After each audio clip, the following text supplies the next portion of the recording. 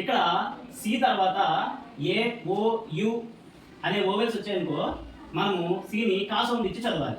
ఓకేనా? అలాగే సి తర్వాత ఐ ఈ అనే ఓవెల్స్ వచ్చాయనుకో మనం సా సౌండ్ ఇచ్చి చదవాలి. ఓకేనా? సి తర్వాత ఏ ఉంది కదా, అందుకే కా సౌండ్ క్యాట్. సి తర్వాత ఓ ఉంది కదా, కార్. సి తర్వాత యు ఉంది కదా, కప్. మళ్ళీ సి తర్వాత కాన్సనెంట్ ఉంటే మనం ఎలా చదవాలి? దాన్ని కా సౌండ్ ఇచ్చి చదవాలి. ఇక్కడ చూద్దాం. సి తర్వాత ఆర్, ఆర్ అంటే కాన్సనెంట్, సో క్రాస్. సి తర్వాత ఎల్, ఎల్ అనేది ఏంటి? కాన్సనెంట్, అందుకే మనం క్లీన్, కా సౌండ్ ఇచ్చి చదువు. ఇక్కడ చూసినట్లయితే సైకిల్.